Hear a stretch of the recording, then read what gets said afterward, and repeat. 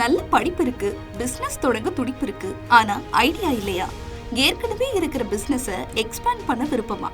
சுற்றுச்சூழல் பாதுகாப்பில் பங்கேற்கணுமா? உங்க எல்லாருக்குமே ஒரு சூப்பர் சான்ஸ். ஆகஸ்ட் 8, 9, 10 நடைபெறும் கோவை சுதேசி மேளாவில் கலந்துக்கோங்க. இடம் Kovai Rathnam hall, Pollachi main road, Eachanari, Coimbatore. மாறப்போகும் தலையெழுத்து உங்களுக்கு மட்டுமில்ல, இந்தியாவுக்கும் தான். உடனே ரிஜிஸ்டர் பண்ணுங்க. மேலும் தகவலுக்கு 9774141119 என்ற எண்ணை அணுகவும்.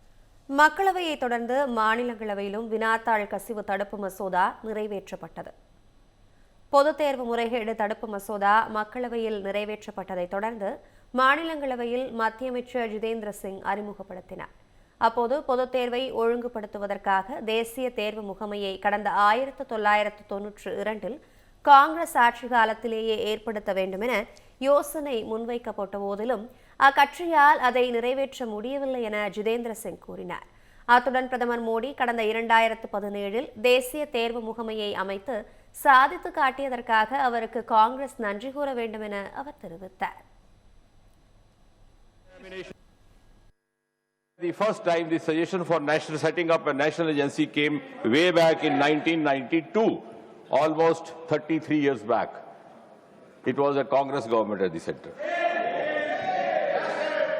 A series of committees were formed, and in UPA 2 in 2010, again a very strong suggestion from one of the committees set up by them came to set up a national testing agency.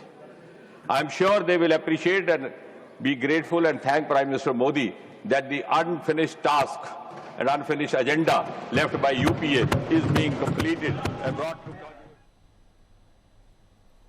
இதையடுத்து மாநிலங்களவையிலும் வினாத்தாள் கசிவு தடுப்பு மசோதா குரல் வாக்கெடுப்பின் மூலம் நிறைவேற்றப்பட்டது.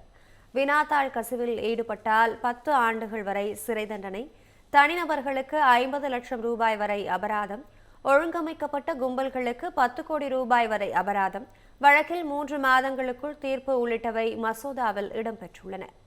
வினாத்தாள் கசிவு தடுப்பு மசோதாவில் திமுக உறுப்பினர்கள் முன்மொழிந்த திருத்தங்கள் நிராகரிக்கப்பட்டன. மேலும் வாக்கெடுப்பிற்கு முன்பே இண்டி கூட்டணி வெளிநடப்பு செய்தது. அதனைத் தொடர்ந்து மாநிலங்களவை இன்று காலை 11 மணி வரை ஒத்திவைக்கப்படுவதாக மாநிலங்களவை தலைவர் CP ராதாகிருஷ்ணன் அறிவித்தார். தமிழ் ஜனம் சேனலை சப்ஸ்கிரைப் பண்ணாம பார்த்துட்டு இருந்தீங்கன்னா மறக்காம சப்ஸ்கிரைப் பண்ணிடுங்க.